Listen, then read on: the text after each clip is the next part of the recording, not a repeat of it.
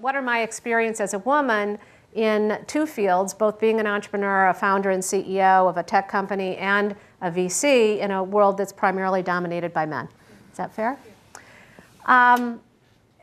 You know, it's had some huge advantages, to be honest, especially when I was working in more the operating kind of a role, because I was unique walking into a room. And in virtually any room I was in, I was almost always the only woman.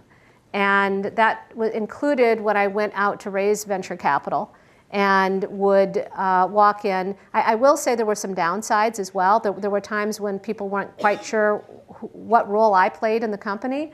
And a couple of meetings where, in particular with investors, the male VCs on the other side of the table were clearly a little bit uncomfortable asking me some of the more CEO-oriented questions. But I had a team that was very aware of that. And so, in fact, in a funny way, if they turned to my VP of engineering or my VP of marketing, who were both men, and asked them a question they should have asked me, they would just turn to me and say, that's probably a better question for Cindy to address.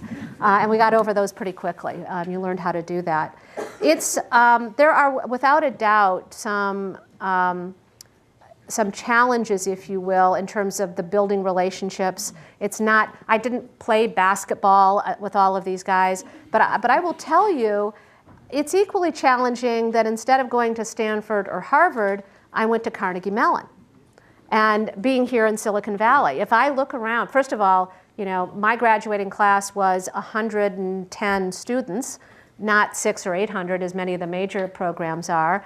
And we had about 12% women in my graduating class, so my natural affinity group was pretty small.